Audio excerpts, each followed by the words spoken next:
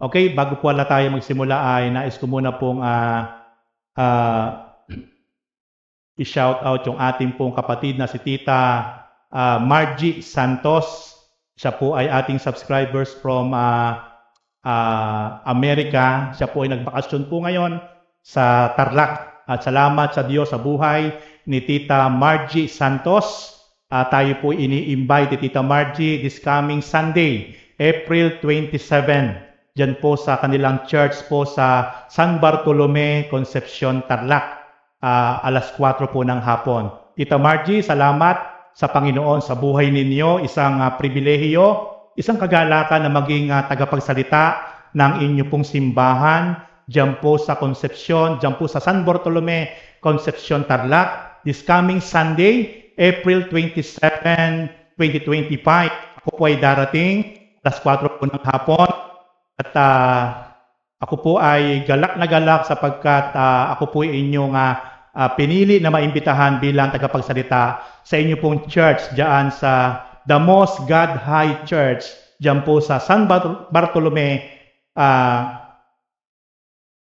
Concepcion, Tarlac. At yung po mga subscribers natin na malalapit lang po diyan po sa Tarlac, Pampanga, La Union, may mga nag-comment na po. Ito po, ipa-plus ko po sa screen ng ating pong YouTube channel para po kayo ay magkita-kita po tayo this coming Sunday, April 27, dyan po sa San Bartolome, Concepcion, Tarlac. Alas 4 po ng hapon ang start po ng anniversary dyan. 12 years anniversary. Kaya po, magkita-kita po tayo. Yung po mga subscribers ko po nag-comment na po at gusto po tayong makita ng personal. Isang ikagalakan po na tayo po ay magkita-kita dyan po sa San Bartolome, Concepcion, Tarlac, The Most God High Church. At see you po this coming Sunday. Okay, tayo po ay tuloy na po. At sa umaga pong ito ay ipinagdiriwang po ng marami pong Kristiyano ang muling pagkabuhay ng ating Panginoong Hesukristo. Mga kapatid, ang Panginoong Jesus, the Son of the Living God, ang kaisa-isang bugtong na anak ng Diyos, kakaiba po siya sa lahat ng tinatawag na Panginoon. Marami pong tao sa ibabaw ng mundo, merong kanya-kanya pong Panginoon. Marami pong tao ang kanilang pinapanginoon ay isang bayani. Marami pong tao ang kanilang pinapanginoon ay si Muhammad. Marami pong tao ang kanilang pinapanginoon ay mga propeta, mga dakilang tao. Pero napakapalad po ng bawat isang tao na ang kinilalang Panginoon, Hari at Tagapagligtas ay walang iba kundi ang ating Panginoong Hesukristo. Bakit po? Marami pong ginawang Panginoon na matay hanggang ngayon hindi nabubuhay. Namatay hanggang ngayon nananatiling patay. Pero ang kaibahan po ng ating Panginoong Hesukristo, hindi pa po siya namamatay. Maraming pagkakataon na binanggit na po niya, buhay pa po siya. Binanggit na po ng ating Panginoong Hesus na siya'y mamamatay. Pero pagkalipas ng 3 araw, muli siyang babangon, muli siyang mabubuhay. Ito po ang napakalaking difference sa Panginoon ng bawat isang Kristiyano na ang tinanggap at kinilalang Panginoon ay walang iba kundi si Jesus Christ. Kaya po sa simbahang ito, ang ating Panginoon dito ay hindi tao. Ang ating Panginoon dito ay hindi dakilang tao, kundi ang ating Panginoon dito ay ang bugtong na anak ng Diyos na walang iba kundi si Kristo na namatay at muling nabuhay. Kaya po mga kapatid, sobra po tayong pinagpala ng Diyos sapagkat meron tayong Panginoon na nakilala. Meron tayong Panginoong Hesus at meron tayong Panginoon na tinawag na tagapagligtas ng ating kaluluwa. sapagkat siya lang yung tanging Panginoon na namatay after 3 days ay muling nabuhay. Ang ating Panginoon po ay nung ini-interrogate po siya ng mga Pharisee at ng mga Eskriba patungkol po sa templo, sabi ng Panginoong Hesus sa mga Pharisee at mga Eskriba, gibain nyo ang templong iyan at pagkatapos ng 3 araw muli kong itatayo. Nagalit po sa kanya yung mga Pharisee sapagkat daang taong itinayo ng aming mga ninuno ang templong iyan. Nasisiraan ka na ba ng bait? Pagkatapos sasabihin mo ay pagkatapos na ng 3 araw muli mong itatayo. Pero hindi po naintindihan ng mga mahuhusay at matatilinong Eskriba at Pariseo na tagapagturo ng kautusan that time yung binanggit ng ating Panginoon. Ang tinutukoy po niyang gibain ay walang iba kundi yung kanyang katawan. Na siya po ay papatayin, pagkalipas ang 3 araw ay muli po siyang mabubuhay at babangon. Yun po ang hindi naunawaan ng mga matatalino na Eskriba at mga leader ng relihiyon during that time. Kaya po tayo po ay napakapalad sapagkat ibinukas po ng Diyos ang ating isip, ibinukas ng Diyos ang ating puso at lubusan po nating naunawaan na ang ating Panginoon at naniwala tayo, nanampalataya tayo na si Kristo, ang bugtong na anak ng Diyos, ay namatay at muling nabuhay after 3 days. Hallelujah. Okay, ang ating pong topic sa umaga pong ito ay may pamagat na The Power of Christ's Resurrection. Ulitin ko po, The Power of Christ's Resurrection. Ang kapangyarihan ng muling pagkabuhay ni Kristo. At dapat po yung kapangyarihan ng muling pagkabuhay ng ating Panginoon ay mararanasan po ng bawat isa pong nanampalataya at nanalig sa Kanya. Okay, basahin po natin ang Matthew chapter 28, beginning verse 1 up to verse 15. Dito po natin makikita ang kwento kung papaanong namatay at muling nabuhay ang ating Panginoon. Matthew 28 verse 1 to 15. Makaraan ang araw ng pamamahinga. Magpagbubukang liwayway ng unang araw ng Sanlinggo, pumunta sa libingan ni Jesus si Maria Magdalena, ang isa pang Maria. Biglang lumindol ng malakas. Bumaba mula sa langit ang isang anghel ng Panginoon. Iginulong ang batong nakatakip sa libingan at naupo sa ibabaw nito. Ang kanyang mukha ay nakasisilaw na parang kidlat at kasimputi ng busilak ang kanyang damit. Nanginig sa takot ang mga bantay at nabulagtang animoy patay na makita ang anghel. Ngunit sinabi nito sa mga babae, huwag kayong matakot.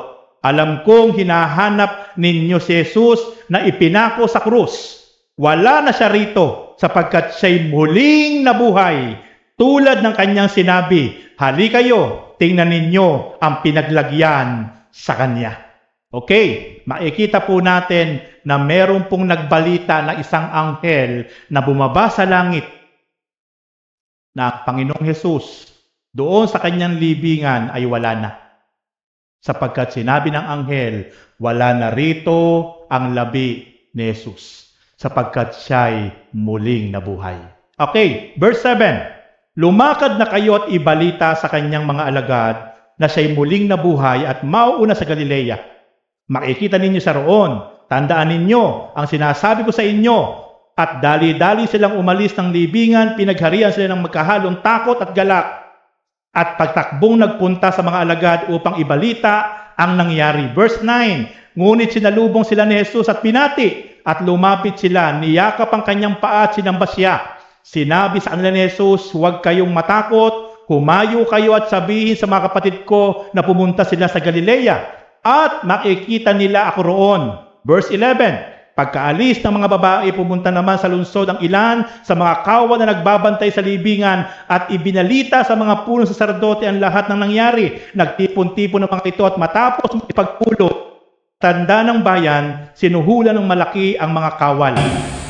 At inutusan sila na ganito ang ipamalita samantalang natutulog kami, kagabi, naparito ang kanyang mga alagad at ninakaw ang bangkay. Sinabi pa nila, huwag kayong mag-alala, makarating man ito sa gobernador, kami ang bahala.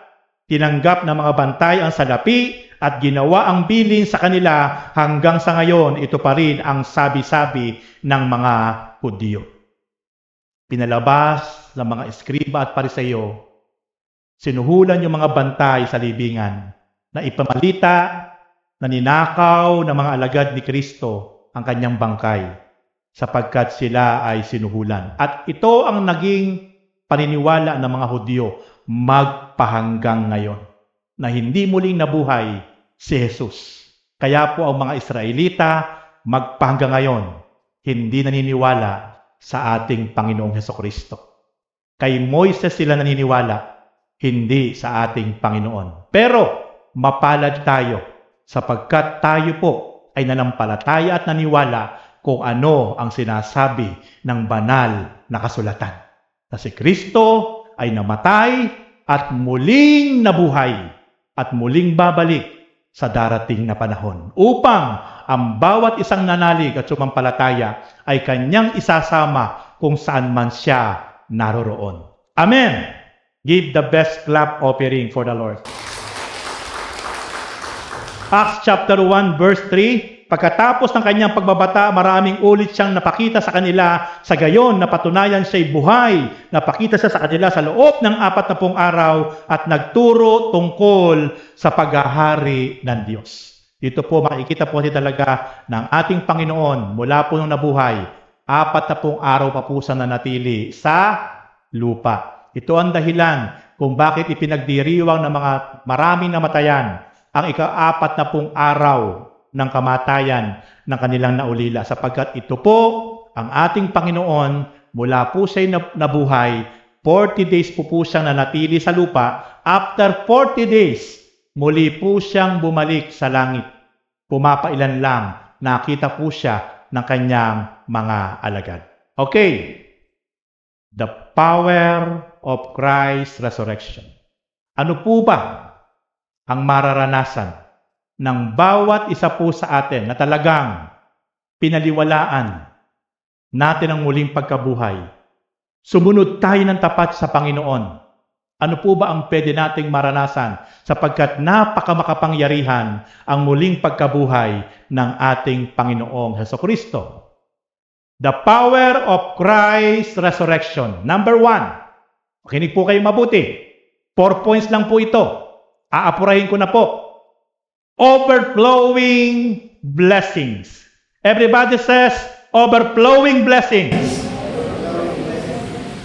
Yan po pala talaga ay mararanasan ng bawat isang tao na talagang nanampalataya, nagbibigay ng panahon, ibinigay ang buhay, naniwala na si Kristo ay muling nabuhay, naniwala na si Kristo ay muling babalik, at ililigtas ang bawat isang sumunod na nampalataya, naglingkod sa Kanya. Dadaloy po ang tinatawag na overflowing blessing. Kaya ito po yung madalas ko pong sabihin sa inyo. Ang masaganang pagpapala sa lahat ng aspeto ng ating buhay ay hahabulin po ang bawat isang tapat na nanampalataya, sumusunod, naglilingkod sa ating Panginoon. Tapat po ang Diyos. Hindi ka mahihirapan. Kaya po, ako'y naniniwala na ang simbahang ito, ang Jesus Christ, the Freedom and Highly Favored Church, ay marami pa pong nakalaan na idadaloy na pagpapala ang Panginoon sa simbahang ito. Bakit po? Sapagkat ang simbahang ito ay naniniwala sa ating Panginoon at siya'y muling nabuhay at tayo po ay naglilingkod at sumusunod sa Kanya ng buong katapatan. Hallelujah! Tingnan niyo po, sa Acts chapter 4 verse 33, ano po ang sabi ng Panginoon sa Kanyang salita? Ang mga apostol ay patuloy na gumagawa ng kababalaghan. Bakit po nakagagawa ng kababalaghan ng mga apostol during that time, ang lahat ng mga alagad? Sapagkat sila po ay tunay na sumampalataya, naniwala, at nag-alay ng buhay, sumusunod, naglilingkod sa ating Panginoon. Kaya sinasamahan sila ng Diyos. Yung mga miracles, yung mga kababalaghan, yung mga amazing works na nagagawa ng mga apostol sapagkat sila'y sinasamahan ng Espiritu ng Diyos. Tuloy po natin. Ang mga apostol ay patuloy na gumagawa ng kababalaghan at nagpapatotoo sa muling pagkabuhay ng Panginoong Hesus. Sila po ay nagtetestify. Sila po ay talagang nagpapatotoo. Sila po talaga ay buong tapang, lakas at loob na ipinapahayag na si Kristo ay muling nabuhay. Malaking kasinungalingan yung pinalalabas na si Kristo ang kanyang labi, ang kanyang katawang patay ay ninakaw ng mga alagad. Buong tapang na ipinapangaral ng mga alagad during that time na ang Panginoong Hesus ay muling nabuhay. Kaya sinasamahan sila ng Diyos. And then after that, ano po ang sabi? Tingnan niyo po sa bandang huli. Ito po yung bibigyan din ko po sa inyo. At ibinuhos ng Diyos. Sino po ang nagbuhos? Sino po ang nagbuhos? Ang Diyos ang nagbuhos. Ano po ibinuhos ng Diyos sa mga alagad? Sa mga alagad, unang mananampalataya na naniwala at sumusunod sa Panginoon na naghahayag na si Kristo ay hindi na natiling patay at muling nabuhay. Ano po nangyari? Ibinuhos ng Diyos ang kaniyang pagpapala. Sa kanino po? Sa lahat ng naglilingkod at sumusunod at naniwala sa ating Panginoon. Church, sino po dito ang gustong makatanggap ng rumaragasang pagpapala? Gusto niyo po ba? Ito po yung sinasabi ko po sa inyo. Ang pagpapala, kahit hindi mo hinahanap, ito'y ibubuhos at ihuhugos ng Diyos. Amen! Kaya po, ako'y naniniwala ng simbahang ito. Tiis lang po kayo ng konti. Tiis lang po kayo ng konti sa simbahang ito. Ako'y naniniwala ibubuhos ng Diyos sa simbahang ito at sa bawat isang tapat na sumusunod sa Panginoon ang rumaragasang pagpapala. Amen! Hallelujah! Wala pong bagay na mahirap sa Diyos. Jeremiah 32 verse 27, the Lord said, I am the Lord, the God of all mankind. Is anything too hard for me?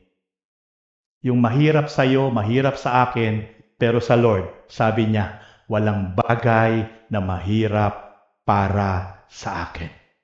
Amen!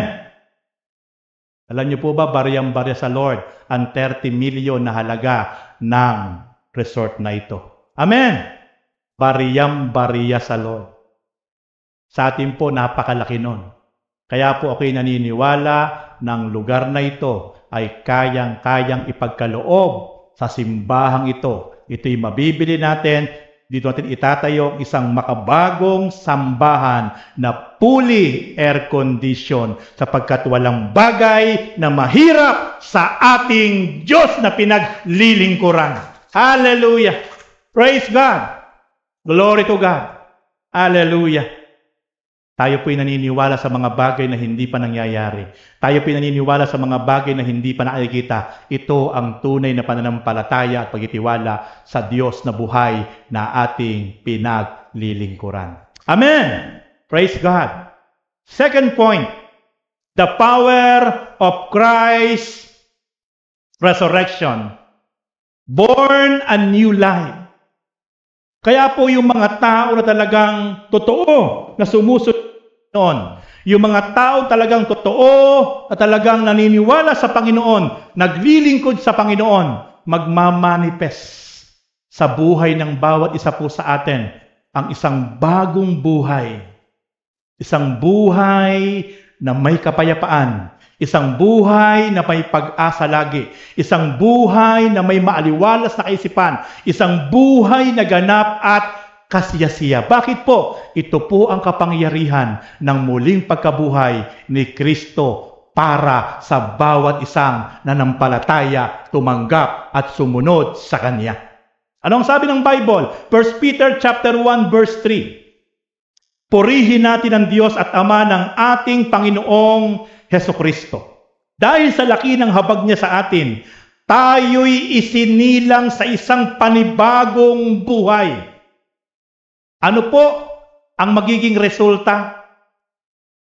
Dahil sa laki ng habag, dahil sa laki ng pagmamahal ng Diyos sa ating lahat, tayo po'y isinilang sa isang panibagong buhay sa pamamagitan ng muling pagkabuhay ni Hesukristo. Dahil po sa muling pagkabuhay ni Jesus, tayo po'y isinilang sa isang panibagong buhay. Ang bagong buhay na iyan ang nagbigay sa atin ng malaking pag-asa. Wow! Ang mga tapong tunay na paniniwala kay Jesus, ang mga taong tunay na wala pong relasyon kay Jesus, bagamat mayroong relihiyon, pero walang malalim na relasyon kay Jesus, walang malalim na pagkaunawa sa Panginoon, ito po yung mga taong walang pag-asa. Laging malungkot, laging masalimuot, laging madilim ang kapaligiran. Pero napakalaki po ang kaibahan ng isang tao na talagang nagkaroon ng malalim na relasyon, malalim na pagkakilala sa ating Panginoong Hesus, sapagkat isisilang siya sa isang panibagong buhay.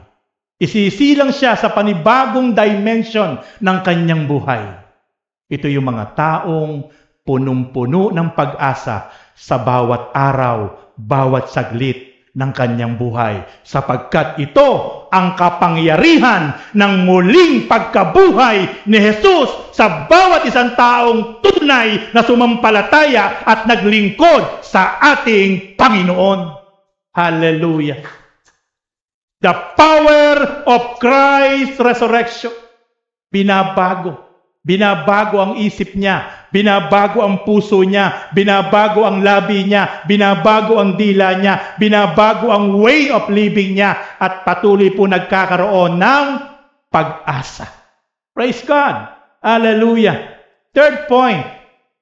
The power of Christ's resurrection is about to set us free from sins. Pinawawalang sala. Hindi mo kailangan tuwing mahal na araw ay magpapasa ng krus. Maglalakad sa init ng araw na nakatapak, nakahubad, pero nakatago naman ang mukha dahil nahihiya. Dahil sa paniwala na kapag ikaw once a year ay nagpapasa ng krus, nagsasakripisyo, inuulit mo yung ginawang pagpasa ni Kristo ng krus, ikaw ay patatawarin. Mga kapatid, I sad to say, ito ang malaking paninilang ng dyablo. Wala tayong mababasa sa Bible from Genesis to Revelation na kailangan mo magpasa ng krus, magpakahirap para patawarin ka. Wala po. Nakalulungkot na kung nagpapapako sa krus ng literal. Nagpapapako sa krus ng literal. Natatawa po ako doon sa Facebook, nakita ko nung isang araw, habang nagpapasa ng krus, isang kabataan, hinagupit ng tali yung nagpapasan. Nasaktan po yung nagpapasan, tumayo, tinanggal po yung tabi sa mukha, sinuntok po yung kabataan. Wow! Hallelujah! Ganun po ba? Ganun po ba? Gusto mong gayahin ang Panginoon? Panginoon, wala pong ginawa ang ating Panginoon na gano'n na nung nasaktan po siya ay tumayo at sinuntok po niya yung pumalo sa kanya. Wala po. Kaya nakalulungkot po, nakatatawa yung, kung gusto mong gayahin ng Panginoon, papapako ka sa krus, kailangan mong mamatay. Amen. Si Kristo po nung ipako sa krus, namatay. Pero po yung mga nagpapapako sa krus, ayaw pong mamatay. Kung gusto mo talagang totaling tularan at gayahin ng Panginoon, pag namatay ka, sisiguraduhin ko po sa inyo, hindi mo kayang mabuhay na muli. Ililibing ka po dahil hindi mo kayang mabuhay na muli. I'm sorry to say, sa mga mahal kong kababayan sa lugar po ng Pampanga, sa Kutod, na tahasan ko pong sinasabi, hindi po yan ang tunay na daan para tayo patawarin sa ating mga kasalanan. John chapter 1 verse 9. Kung ipapahayag ng inyong mga labi na si Jesus ay Panginoon at iyong hari tagapagligtas, at ikaw'y magpapakumbaba, hihingi ng tawad, ang Diyos ay tapat at banal na ikaw ay patatawarin. We need to confess our sins. Hindi mo kailangang maglakad ng paluhod. Hindi mo kailangang hampasin ng bulyos yung likod mo. Hindi mo kailangan lumakad sa init ng araw. Hindi mo kailangan magpasa ng krus para patawarin ka. Ang sabi ng Diyos sa kanyang salita, ipahayag mo lang, magsisi ka lang sa iyong mga kasalanan. Ang Diyos ay tapat at banal na ikaw ay patatawarin. Church, mamaya po, pagkatapos po ng aking itaas nyo ang inyong mga kamay, umiyak kayo sa Lord. Because our Lord, narito po sa ating kalagitnaan. Amen? Sabi po ng Lord, Matthew 18 verse 20, saan man may 2 o 3 na nagtitipon dahil sa kanyang pangalan, ay dumudoon ako sa kanilang kalagitnaan. Mga kapatid, sa lugar na ito, napakarami na pong panalangin ng inyong lingkod ang tinugon ng Diyos. Napakarami na po. Sa ilang buwan pa lang po tayo na nakalipat, mula po nung February, ginagawa pa lang po ang lugar na ito. Kasalukuyan pa lang pong ginagawa, ang inyo pong pastor ay lagi na pong dumudulog sa lugar na ito. Ang mga nakikita nyo po ng mga bagong gamit, lahat po yan ay bunga lamang ng panalangin at pagsamo ng inyong pastor. Napakarami na pong prayer. Tangkauna-unahan ko pong naipag-pray sa ibabaw ng pulpitong ito ay si Brother Sean na ating subscribers from Antipolo. Sa pagitan po ng alas 2 at alas 3 ng madaling araw, sila po ay naipag-pray ko po dito po sa pulpitong ito. At ang isa pong pinag-pray ko po sa kanila, na sila'y patuloy na i-bless at pagpalain ang kanilang hanap buhay. At yun po ay kinirant ng ating Panginoon Diyos. Mga kapatid, kaya kung bakit po may mga unan dito, alam niyo po ba kung bakit may mga unan dyan? Sabi ko po sa inyo, agahan niyo ang punta niyo rito. Kung alas 9 ang pagsamba, alas 8 pa lang pumunta, lumuhod po kayo sa mga unan na yan. Ako po ay umaga't gabi ay nandyan po sa mga una na yan. Titiyain ko po sa inyo ang lugar na ito ay nananahan ang presensya ng Diyos. Bakit ko po nasabi? Sa bawat panalangin ko po sa lugar na ito, ay ang Diyos ay tumutugon sa kanyang kapangyarihan. Amen! Kaya mga kapatid, patuloy po na akayin nyo ang mga mahal nyo sa buhay. Akayin nyo ang inyong mga kapitbahay, kaibigan sa lugar na ito. At titiyain ko sa inyo, yung pagpapalang espiritual ay dadaloy sa inyong mga buhay, inyong mga pamilya. Sapagkat sa lugar na ito pong kapangyarihan at presensya ng Diyos ay patuloy po magpo-overflow sa ating lahat. Amen! Kanina po nung sumasamba tayo, damandama ko po yung presensya ng Diyos. Pumalakpak nga po yung nakaranas ng presence ng Lord kanina. Hallelujah! Ang pinakamasarap na pag-aawitan, pagutugtugan ay hindi lang po yung maganda ang boses, hindi lang po yung magaling yung mga tumutugtog. Ang hinahanap ko po lagi sa pagsamba sa isang lugar ay hindi po yung galing at husay ng mga tumatayo, kundi kung nandun ba yung presensya ng Diyos. Yung po yung importante sa akin. Bagamat mahalaga po sa akin yung galing at husay ng mga worship team, pero aanin ko ang galing at husay ng bawat isang worship team kung yung presensya ng Diyos ay wala, dry ang pagsamba. Pero kanina, salamat, yung hinahanap ko pong presensya na galaw ng Diyos ay naramdaman ko po kanina. Amen. Kaya salamat sapagkat isang ebidensya na tayo po ay sinasamahan sa lugar na ito. Ating palakpakan ang Panginoon. The power of Christ's resurrection is to set us free from sins. Tayo po ay talagang pawawalang sala, patatawarin, lilinisin sa lahat ng ating kalikuan, karumihan. Ano po ang sabi ng Biblia sa Romans chapter 4 verse 25, ipinapatay siya dahil sa ating mga kasalanan at muling binuhay upang tayo'y mapawalang sala. Ating palakpakan ng Panginoon. Si Jesus Christ ay pinatay dahil sa ating mga karumihan, dahil sa ating mga kasalanan. Kaya sa namatay, dahil tayo napakarumi, tayo napakamakasalanan. Pero sa kanyang muling pagkabuhay, tayo'y pinawalang sala ng ating Panginoong Hesukristo. This is the power of Christ's resurrection. Hallelujah!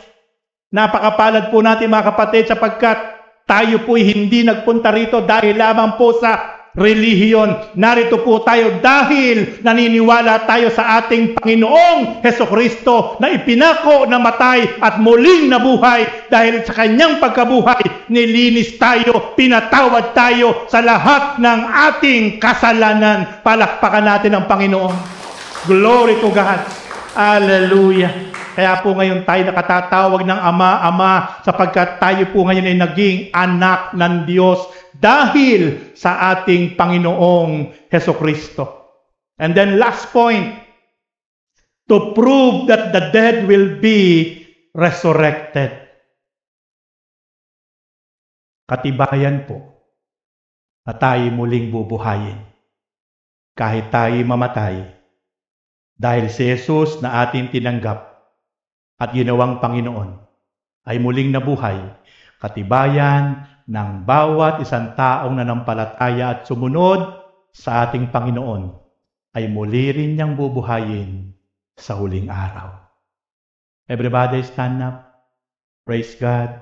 Praise Jesus.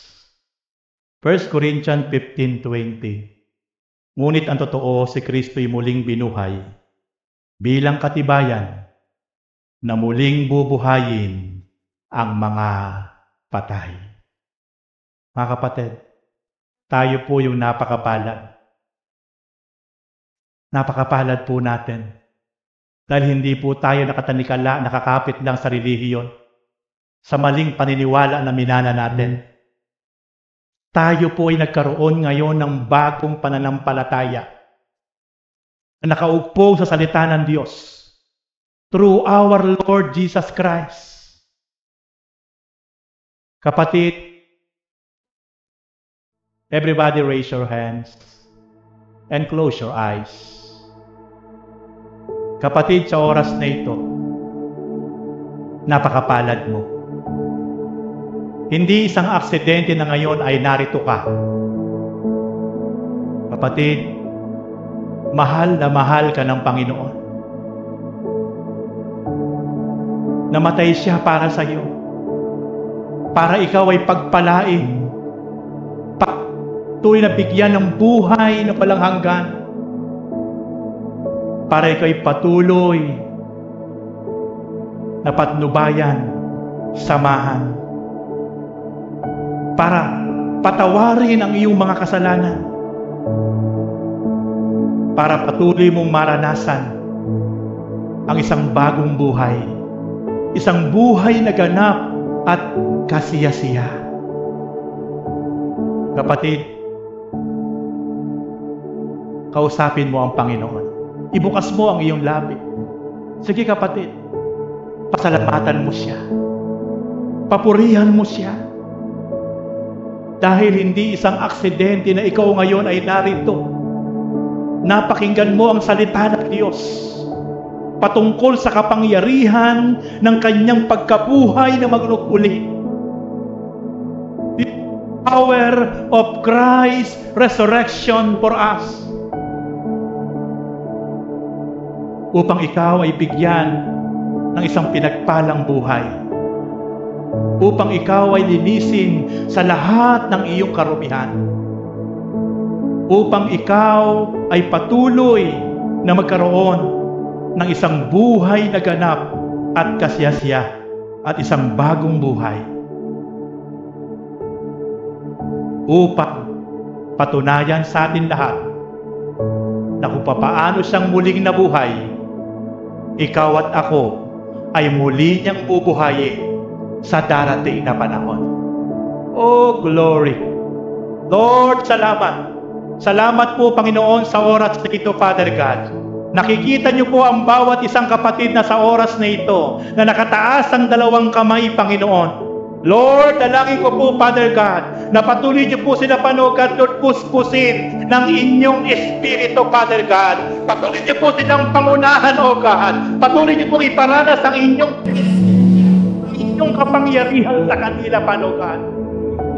Hiling ko po dalangin, Father God, na gamitin niyo po sila upang kanila pong buong sambahayan. Ang kanila po, Panginoon God, Lord, mga mahal sa buhay, ay kanila pong maakay, Panginoon God, patungo, Lord, sa inyong banal na paanan sa lugar na ito. Upang, Lord, maranasan ng bawat isa, Panginoon God, Lord, ang inyo pong pangako na rumaragas ang pagpapala na dadaloy sa buhay ng bawat isang nanampalataya at nanalig sa inyo, Panginoon. Oh, glory! Praise God, praise Jesus. Salamat, Lord. Maraming salamat. Salamat po sa umaga pong ito, Father God. Salamat sa inyong salita, Panginoon o God. Salamat sa inyong pagsama, Panginoon God. Salamat sa kapangyarihan ng banal na Espiritu ngayon ay patuloy na gumagalaw at kumikilos sa buhay ng bawat isa po sa amin, O God. Praise the Father. Praise Jesus. Oh, hallelujah.